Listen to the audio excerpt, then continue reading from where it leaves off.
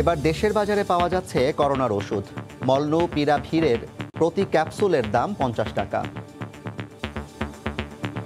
8 November Beximco pharmaceuticals ওনারা তাদের আমরা মার্কেটিং অথরাইজেশন দেই এবং আজকে এসকেএফ ফার্মাসিউটিক্যালস ওনারা মার্কেটিং অথরাইজেশন আমাদের কাছে পেয়েছে।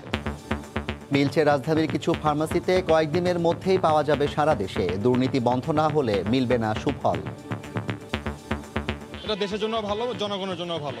চিকিৎসকের পরামর্শ মতো অবশ্যই শুধুমাত্র যৌক্তিক পরিবেশে বা কন্ডিশনেই এই ওষুধটি যেন গ্রহণ করা হয়, অন্যথায় আসলে একটি হাতে পাওয়া অস্ত্র আমরা অকারণে হারাতে পারি। দেখছিলেন প্রধান শিরোনাম। সন্ধ্যার সময়ে সঙ্গে আছি আমি জাফর সাদিক। এবার অন্যান্য শীর্ষ সংবাদ। শেষ হলো বিচারপতির বিচার। ঋণ জালিয়াতি ও দুর্নীতি মামলায় এসকে সিনহার 11 বছরের কারাদণ্ড। ফের প্রমাণ হলো কেউই আইনের ঊর্ধ্বে নন, বললেন আইনমন্ত্রী। যুক্তরাজ্যের জলবায়ু বিষয়ক সম্মেলনে অংশগ্রহণ শেষে 5 দিনের দ্বিপক্ষীয় সফরে ফ্রান্সে প্রধানমন্ত্রী শেখ হাসিনা। বৈঠক করবেন প্রেসিডেন্ট ম্যাক্রোর সঙ্গে। এবং ডাটা ছাড়াই চলবে ফেসবুক ও মেসেঞ্জার। আজ থেকেই মিলবে বিটিআরসি সেবা। সরকারি সেবার অ্যাপ ডিসকভার উদ্বোধন।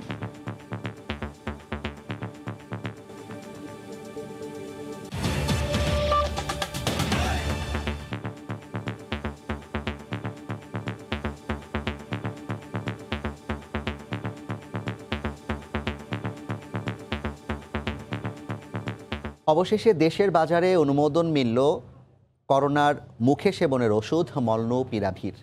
আজ থেকেই স্বল্প পরিসরে মিলছে রাজধানীর বিভিন্ন ফার্মেসিতে। এর আগে জরুরি ব্যবহারের অনুমোদন দেয় ওষুধ প্রশাসন অধিদপ্তর। এই ওষুধ ব্যবহারে মৃত্যু ঝুঁকি ও হাসপাতালে ভর্তির হার অর্ধেকে নেমে আসবে বলে জানিয়েছেন সংশ্লিষ্টরা।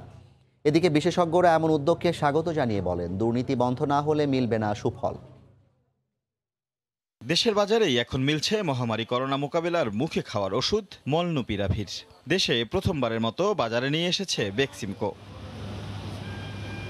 এরই মধ্যে মলনুপিরাভির জরুরি ব্যবহারের অনুমোদন দিয়েছে ওষুধ প্রশাসন অধিদপ্তর। বেক্সিমকোর পাশাপাশি উৎপাদনের অনুমোদন পেয়েছে এসকেএফ। এছাড়া স্কয়ার, ইনসেপ্টার সহ আরও 8টি প্রতিষ্ঠান আবেদন জমা দিয়েছে বলে জানিয়েছে ওষুধ প্রশাসন অধিদপ্তর। মলনুপিরাভিরটা এটা ইউকেএমএইচআর গত 4 নভেম্বর এটা অ্যাপ্রুভাল দেয় এবং এরপরে আমাদের দেশে আমরা গতকাল অর্থাৎ 8 নভেম্বর বেক্সিমকো ফার্মাসিউটিক্যালস ওনারা তাদের আমরা মার্কেটিং অথরাইজেশন দেই এবং আজকে এসকেএফ ফার্মাসিউটিক্যালস ওনারা মার্কেটিং অথরাইজেশন আমাদের কাছে পেয়েছে। প্রতিদিন সকালে 4টি ও রাতে 4টি করে ওষুধ সেবন করতে হবে 5 দিনে মোট 40টি। এতে করে সুস্থতার হার বাড়বে, কমবে মৃত্যুর হার। তবে অবশ্যই ওষুধ সেবন করতে হবে চিকিৎসকের পরামর্শ মেনে। কোনো ওষুধ কিন্তু টিকার বিকল্প নয়। টিকা যাদের নেওয়ার কথা, যে আমাদের প্রোগ্রাম চলছে, টিকা গ্রহণ করতে হবে। তবে এটি ডক্টররা এটি নির্ধারণ করবেন যে কাকে মেডিসিনটা দেওয়া যাবে। বিশেষজ্ঞরা বলছেন, বিশ্ব স্বাস্থ্য সংস্থার অনুমোদনের 5 দিনের মাথায় দেশে অনুমোদন ও উৎপাদন নিঃসন্দেহে সরকারের দূরদর্শী সিদ্ধান্ত। তবে এর যথাযথ ব্যবহার নিশ্চিত করতে না পারলে মাশুল গুনতে হতে পারে। চিকিৎসকের পরামর্শ কথাটি বলা হয়েছে, এটি শুধুমাত্র কথার কথা নয়। চিকিৎসকের পরামর্শ মতো অবশ্যই শুধুমাত্র যৌক্তিক পরিবেশে বা কন্ডিশনেই এই ওষুধটি যেন গ্রহণ করা হয়, অন্যথায় আসলে একটি হাতে পাওয়া অস্ত্র আমরা অকারণে হারাতে পারি। শিগগিরই দেশের সব জেলায়, বিশেষ করে করোনা প্রবণ এলাকায় এই ওষুধ সরবরাহ করা হবে। রাশেদ লিমন, সময় সংবাদ, ঢাকা। রাজধানীর বিভিন্ন ফার্মেসিতে স্বল্প পরিসরে মিলছে করোনার ওষুধ মলনুপিরাভির।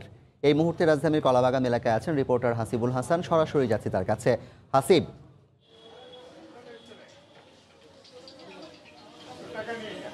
জি জাফর, জানেন যে আপনি কিন্তু যে বিগত যে মলনুপিরাভিরের যে ওষুধটি, সেটি হচ্ছে মুখে খাওয়ার জন্য যে অনুমোদন দিয়েছে যুক্তরাজ্য, অলরেডি কিন্তু এর পরিপ্রেক্ষিতে বাংলাদেশে হচ্ছে যে ওষুধ প্রশাসন অধিদপ্তর বাংলাদেশেও অনুমোদন দিয়েছে দেশীয়ভাবে। এরই মধ্যে কিন্তু বেক্সিমকোর যে ওষুধটি আছে মোরেভির, তা কিন্তু আমাদের দেশের ফার্মেসিগুলোতে পাওয়া যাচ্ছে। এই মুহূর্তে আমরা যে লাজ ফার্মে আছি, এখানেও আমরা কথা বলেছি। এখানে আমরা যে ফার্মেসিতে আছি, এখানেও কিন্তু মোরেভির যে ওষুধটিতে পাওয়া গেছে, আমরা কথা বলেছি। এর মধ্যে প্রতিটি ওষুধ বিক্রি হচ্ছে 70 টাকা করে। মূলত মলনুপিরাভির যে ওষুধটির অনুমোদন দেওয়া হয়েছে যুক্তরাজ্যে, এটি মূলত কিন্তু আপনার মুখে সেবন করে খাওয়ার ওষুধ। ভ্যাকসিনের মতো এটি আর হচ্ছে কোথাও পুশ করা লাগবে না, ইনজেকশন ছাড়াই আপনি সরাসরি ওষুধটি খেতে পারবেন। এর ফলে হচ্ছে যে সকল রোগ প্রতিরোধ ক্ষমতা যাদের কম আছে এবং মৃত্যু ঝুঁকিও কমায়, পাশাপাশি হাসপাতালে ভর্তির যেই সংখ্যাটা থাকে তাও 50 ভাগ কমিয়ে আনে। মূলত আমাদের দেশের অলরেডি বেক্সিমকো যে ফার্মাসিকার আছে তারা অনুমোদন পেয়েছেন। এছাড়াও একই পাইপলাইনে এসকেএফ, জেনারেল, রেনেটা তারপরে ইনসেপ্টার মতো প্রতিষ্ঠানগুলো হচ্ছে যে এখনো পাইপলাইনে আছেন। এই মুহূর্তে আমরা হচ্ছে যে এখানে একটু কথা বলতে চাচ্ছিলাম, এইখানে যেই হাসপাতাল এই ফার্মেসি যে লোকজন আছে তাদের সাথে, যে একটু যদি বলতেন আপনাদের আসলে এই ওষুধটা অনুমোদন পাওয়ার পর এখন হচ্ছে যে জনগণের মধ্যে আসলে এই ওষুধটা গতকাল আমরা পেয়েছি, তো সকাল থেকে অনেক কাস্টমারই আমাদের ফোন করছে যে ওষুধটা লাস্ট ফার্মে পাওয়া যাবে কিনা। তো আমরা বলছি যে আমাদের পর্যাপ্ত পরিমাণে আছে, আপনাদের যখন যা লাগে নিতে পারবেন। বাট ডক্টর প্রেসক্রিপশন এখন আমরা পাইনি, কাস্টমার মহল একটা সাড়া যাচ্ছে। তো আমাদের কাছে আছে এবং আমাদের তো 24 ঘন্টা সার্ভিস, সবসময় পাওয়া যাবে এবং দিতে পারবো। কোম্পানি আমরা এক্সট্রাভাবে অর্ডারও দিয়ে দিছি, হয়তো কালকে আমরা আরও বেশি করে কিনবো। আর আজকে আমাকে প্রায় 8-10 জন আমাকে অলরেডি ফোন করছেন যে সেটা পাওয়া যাবে কিনা। তো যেমনটা জাফর আমাদেরকে এখানে যে কর্মরত ছিলেন তিনি বললেন আমাদেরকে যে ওষুধটি কিন্তু অলরেডি জনগণের সাধারণের মাঝে একটা সাড়া সৃষ্টি করেছে, অলরেডি সাড়া সৃষ্টি করেছে এবং এর পাশাপাশি হচ্ছে ওষুধটি বিক্রি হচ্ছে। আমরা যদি আপনাদেরকে যেটা জানাচ্ছিলাম, মূলত মলনুপিরাভিরের যে ওষুধটি সেটি হচ্ছে যুক্তরাজ্যে কিন্তু অলরেডি অনুমোদন দিয়ে দিয়েছে, বাংলাদেশের ওষুধ প্রশাসন অধিদপ্তরও দেশে উৎপাদনের জন্য অনুমোদন দিয়ে দিয়েছে। এর মধ্যে বেক্সিমকোর যে মোরেভির ওষুধটি আছে তা কিন্তু অলরেডি ফার্মেসিগুলোতে পাওয়া যাচ্ছে। তো জাফর, এই ছিল আমার কাছে এখনকার মতো। করোনার মুখে সেবনের ওষুধ মলনুপিরাভির ওষুধ প্রশাসন অনুমোদনের পর কিন্তু রাজধানীর বিভিন্ন ফার্মেসিতে পাওয়া যাচ্ছে। সে খবর জানাতে আমাদের সঙ্গে কলাবাগান থেকে যুক্ত হয়েছিলেন রিপোর্টার হাসিবুল হাসান। এবার অন্য প্রসঙ্গ, ঋণ জালিয়াতি ও অর্থ পাচার মামলায় সাবেক প্রধান বিচারপতি এস কে সিনহার 11 বছরের কারাদণ্ড দিয়েছেন আদালত। এছাড়া 45 লাখ টাকা অর্থদণ্ড এবং 78 লাখ টাকা বাজেয়াপ্ত ঘোষণা করা হয়েছে। বিভিন্ন মেয়াদে কারাদণ্ড দেওয়া হয়েছে আরও 8 আসামিকে। সিনহাকে দেশে ফিরিয়ে এনে রায় কার্যকরের উদ্যোগ নিতে সরকারের প্রতি আহ্বান জানিয়েছে রাষ্ট্রপক্ষ। 2 দফা পেছানোর পর সাবেক প্রধান বিচারপতি সুরেন্দ্র কুমার সিনহার দুর্নীতি মামলার রায় ঘোষণার জন্য মঙ্গলবার সকালে কারাগার থেকে আনা হয় 1 আসামিকে। জামিনে থাকা 6 আসামিও উপস্থিত হন। পলাতক এস কে সিনহা সহ 4 জন। প্রায় 2.5 ঘন্টার রায়ে ঘুরে ফিরেই উঠে আসে ক্ষমতার অপব্যবহার করে সাবেক প্রধান বিচারপতির ঋণ জালিয়াতির বিষয়টি। আদালত বলেন, সহজ সরল 2 জন মানুষকে ব্যবহার করে 4 কোটি টাকা ঋণ নিয়ে আত্মসাৎ করেন এস কে সিনহা। সেই অর্থ পাচারও করেছেন তিনি। আর ঋণ দেওয়ার ক্ষেত্রে কোনো নীতিমালা মানেনি তৎকালীন ফার্মার্স ব্যাংক। রায়ে এস কে সিনহাকে 11 বছরের কারাদণ্ড দেয়া হয়। অর্থদণ্ড করা হয় 45 লাখ টাকা। বাজেয়াপ্ত করা হয়েছে সিনহার 78 লাখ টাকা। বাকি 8 আসামিকে দেয়া হয়েছে বিভিন্ন মেয়াদে কারাদণ্ড। খালাস পেয়েছেন 2 জন। মাননীয় আদালত বলেছেন যে এটা একজন সাবেক বিচারপতির কাছ থেকে এই ধরনের আশা করা যায় না। এটা তো লোভী এবং গ্রিডি একটা ক্যারেক্টার বেরিয়ে আসে। আইনের ঊর্ধ্বে কেউ থাকতে পারবে না, যে সে যত ক্ষমতাশালী হোক না কেন বা যে পদেই থাকুক না কেন, আইনের আওতায় তাকে আসতে হবে এবং আইনে যদি তাকে অপরাধী প্রমাণ করা যায় তাকে সাজা ভোগ করতেই হবে। রাষ্ট্রপক্ষ বলছে, আদালতের আদেশে দণ্ডিত হওয়ায় সিনহাকে দেশে ফিরিয়ে এনে রায় কার্যকরের উদ্যোগ নিতে হবে সরকারকে। এই রায়টা কার্যকরী করতে হবে এবং এই জন্য যে বিদেশে পালিয়ে থাকলে তাকে সেখানে অন্তত যেভাবে হোক আইন শৃঙ্খলা বাহিনী যে সমস্ত প্রসিডিওর আছে সেগুলো মেনটেন করে তাকে দেশে ফিরে আনার অবশ্যই দরকার। এ রায়ের বিরুদ্ধে আপিল করার কথা জানান আসামিপক্ষের আইনজীবী। আইনের কিছু ব্যর্থ রয়ে গেছে, যে কোনো জাজমেন্টের জন্য আমরা অপেক্ষা করবো। জাজমেন্ট পাওয়ার পরবর্তী পর্যন্ত উচ্চ আদালতে যাব। মামলা হওয়ার আগে দেশ ছাড়েন দেশের 21তম প্রধান বিচারপতি এস কে সিনহা। নানা অনিয়মের মুখে বিদেশে বসেই পদত্যাগ করেন তিনি। দুর্নীতির দায়ে সাবেক কোনো প্রধান বিচারপতির দণ্ড হওয়ার ঘটনা দেশের ইতিহাসে এটি প্রথম। আফজাল হোসেন, সময় সংবাদ, ঢাকা। এদিকে সাবেক প্রধান বিচারপতি এস কে সিনহার রায়ের প্রতিক্রিয়ায় আইনমন্ত্রী বলেছেন, এতে প্রমাণ হয়েছে কেউই আইনের ঊর্ধ্বে নন। তবে আইন অঙ্গনের মানুষ হিসেবে এই ঘটনায় তার খারাপ লেগেছে বলেও জানান মন্ত্রী। বলেছেন, প্রধান বিচারপতির বিচার এদেশে নতুন হলেও বিশ্বে এমন বহু নজির রয়েছে। আদালতে এস কে সিনহার সাজার রায় ঘোষণার পরপরই সচিবালয়ে এ বিষয়ে কথা বলেন আইনমন্ত্রী আনিসুল হক।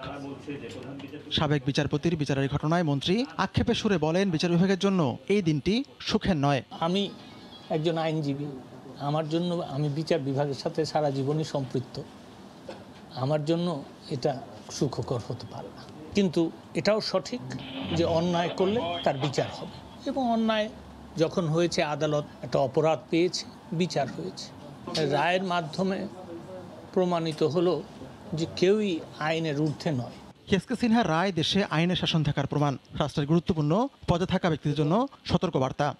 যেই কোনো গুরুত্বপূর্ণ সরকারি পদে থাকে তার কর্মকাণ্ডের হিসাব তাকে দিতে হয়। তো সেই ক্ষেত্রে এটা আমার মনে হয় যে একটা দৃষ্টান্ত স্থাপন করলো। ট্রান্সপারেন্সি এবং অ্যাকাউন্টেবিলিটি সবসময় মেনটেন করা উচিত। আর যেই গুরুত্বপূর্ণ দায়িত্ব সরকার বা রাষ্ট্রের জন্য পালন করে তাকে তার কর্মকাণ্ডে আরও সতর্ক থাকা উচিত। প্রধান বিচারপতির বিচারের নজির অনেক দেশে রয়েছে বলেও জানান আইনমন্ত্রী। বাংলাদেশের ইতিহাসে এরকম অন্যায় কোনো প্রধান বিচারপতি করেন নাই, সেই জন্য এরকম বিচার করার প্রয়োজন হয় নাই। এরকম অন্যায় হলে নিশ্চয়ই বিচার হতো। পৃথিবীতে কি নজির আছে এরকম বিচারের? হ্যাঁ, পৃথিবীতে নজির আছে। সাতিকুর রহমান তমাল, সময় সংবাদ, ঢাকা। যুক্তরাজ্যের জলবায়ু বিষয়ক সম্মেলন গ্রহণ শেষে 5 দিনের দ্বিপক্ষীয় সফরে ফ্রান্সে পৌঁছেছেন প্রধানমন্ত্রী শেখ হাসিনা। মঙ্গলবার স্থানীয় সময় বেলা 11:30টার দিকে প্যারিসের চার্লস দ্য গল আন্তর্জাতিক বিমানবন্দরে অবতরণ করে প্রধানমন্ত্রী শেখ হাসিনাকে বহনকারী বাংলাদেশ এয়ারলাইন্সের বিশেষ ফ্লাইট। প্রধানমন্ত্রীকে অভ্যর্থনা জানান ফ্রান্সে নিযুক্ত বাংলাদেশের রাষ্ট্রদূত খন্দকার মোহাম্মদ তালহা সহ ঊর্ধ্বতন কর্মকর্তারা। স্থানীয় সময় রাতেই দেশটির প্রেসিডেন্ট ইমানুয়েল ম্যাক্রোর সঙ্গে দ্বিপক্ষীয় বৈঠক সহ অন্য কর্মসূচিতে অংশ নেবেন শেখ হাসিনা।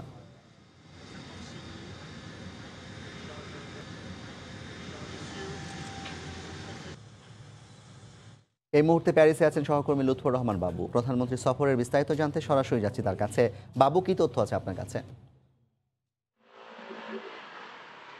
জাফর, প্রধানমন্ত্রী শেখ হাসিনা যুক্তরাজ্যে জলবায়ু শীর্ষক সম্মেলন শেষ করে ফ্রান্সেতে তার 5 দিনব্যাপী আনুষ্ঠানিক সরকারি সফর সেটি আজকেই শুরু করেছেন। সকালে লন্ডন থেকে বাংলাদেশ বিমানের বিশেষ একটি ফ্লাইটে করে তিনি প্যারিসের শার্ল দে গল আন্তর্জাতিক বিমানবন্দরে এসে পৌঁছান এবং স্থানীয় সময় সকাল 11টায় বিমানবন্দরে তাকে দেশটিতে নিযুক্ত বাংলাদেশের রাষ্ট্রদূত মোহাম্মদ খন্দকার তালহা সহ ঊর্ধ্বতন কর্মকর্তারা তাকে সেখানে অভ্যর্থনা জানান। পরবর্তীতে প্রধানমন্ত্রী তার আবাসস্থল এসে পৌঁছেন এবং সেখান থেকে তার সফরসূচি অনুযায়ী দেশটির প্রেসিডেন্ট ইমানুয়েল ম্যাক্রনের সাথে দ্বিপাক্ষিক একটি বৈঠকে অংশগ্রহণ করছেন এবং সেই বৈঠকটি আসলে এখন চলছে। আমরা যতদূর জানতে পেরেছি সেখানে সমঝোতা স্মারকে স্বাক্ষর হবার কথা রয়েছে, চুক্তি হবার কথা রয়েছে এবং এবারে প্রধানমন্ত্রী শেখ হাসিনার এই সফরটি কিন্তু খুবই গুরুত্বপূর্ণ। দীর্ঘ প্রায় 22 বছর পর প্রধানমন্ত্রী সরকারি সফরে ফ্রান্সে তিনি এখন অবস্থান করছেন এবং এই যে দ্বিপাক্ষিক বৈঠকগুলো, এতে করে দুই দেশের যে বন্ধুত্বপূর্ণ সম্পর্ক, দুই দেশের যে স্বার্থ সংশ্লিষ্ট বিষয়গুলো আছে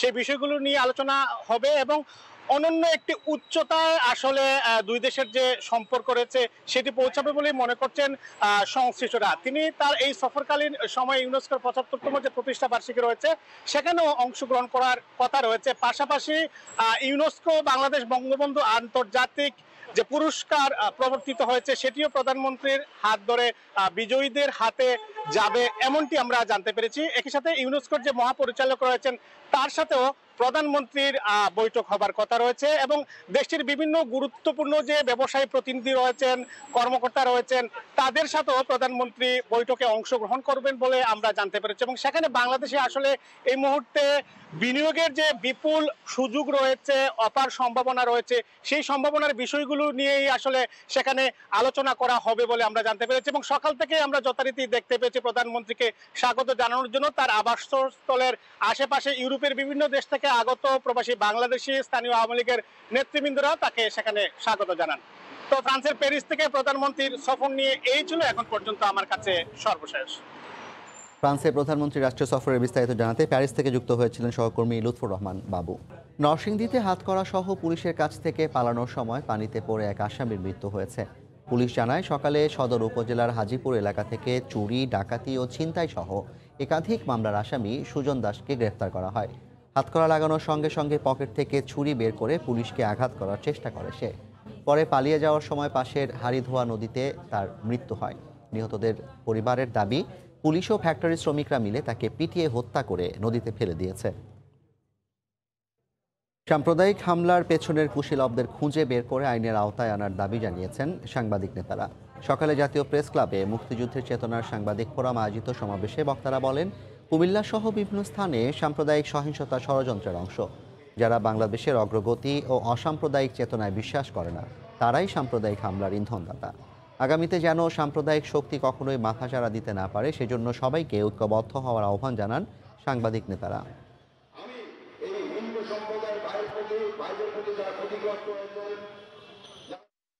রাজনৈতিক দলগুলো কেন সেভাবে প্রতিবাদ করছে না? রাজনৈতিক দলগুলোর দায়িত্ব আছে। যারা আজকে বিরোধী দলে আছেন তাদের কিন্তু শুধু সরকারের বিরোধিতা করাই দায়িত্ব না, জানমালের নিরাপত্তার জন্য মানুষেরকে সহযোগিতা করা সেটাও তাদের দায়িত্ব। আজকে খুঁজে বের করতে হবে এই সাম্প্রদায়িক শক্তি কোথায়। সেটি কি ব্যক্তি, না শক্তি, না রাজনৈতিক কোনো দল? বেগম খালেদা জিয়া কোনো বিবৃতি দেননি, তার পুত্র তারেক জিয়া কিন্তু তিনিও কোনো এই সাম্প্রদায়িকতার বিরুদ্ধে এখন পর্যন্ত কোনো বিবৃতি দেননি। তাহলে কি বোঝা যায় তাদের মধ্যেও কি এই ধরনের ইন্ধন আছে? ডাটা শেষ হলেও জরুরি প্রয়োজনে ফেসবুক ও মেসেঞ্জার ব্যবহার করে যোগাযোগ রক্ষা করতে পারবেন গ্রাহক। মঙ্গলবার এই সেবা চালু করার পাশাপাশি নতুন একটি অ্যাপ উদ্বোধন করেছে বাংলাদেশ টেলিযোগাযোগ নিয়ন্ত্রণ কমিশন বিটিআরসি। এখন যোগাযোগের অন্যতম মাধ্যম হিসেবে জায়গা করে নিয়েছে সামাজিক যোগাযোগ মাধ্যম ফেসবুক। বিটিআরসি এর তথ্য অনুযায়ী ফেসবুক ব্যবহারকারীর সংখ্যায় বাংলাদেশ রয়েছে 10ম অবস্থানে। দেশকে ডিজিটাল তথ্য সেবায় এগিয়ে নিয়ে যেতে প্রান্তিক জনগোষ্ঠীর কথা চিন্তা করে বাংলাদেশ টেলিযোগাযোগ নিয়ন্ত্রণ কমিশন মোবাইল অপারেটরগুলোর সঙ্গে সমন্বয় করে নিয়ে এসেছে নতুন সেবা। সেই সেবার আওতায় মোবাইল ডাটা শেষ হয়ে গেলেও জরুরি প্রয়োজনে ফেসবুক ও মেসেঞ্জার ব্যবহার করে যোগাযোগ রক্ষা করতে পারবেন গ্রাহকরা। এছাড়া উদ্বোধন করা হয়েছে ডিসকভার অ্যাপ নামে নতুন একটি সেবা কার্যক্রম। এই অ্যাপের মাধ্যমে বিনামূল্যে প্রতিদিন একটি নির্দিষ্ট ডাটা ব্যবহার করে গ্রাহকরা সরকারি বিভিন্ন প্রতিষ্ঠানের সেবা পাবেন। আজকের নির্দেশিকাটি দেওয়া হচ্ছে, সেই সঙ্গে দেশের মোবাইল অপারেটরদের নির্দিষ্ট 3টি ডাটা প্যাকেজ ব্যবহার করতে বলা হয়েছে।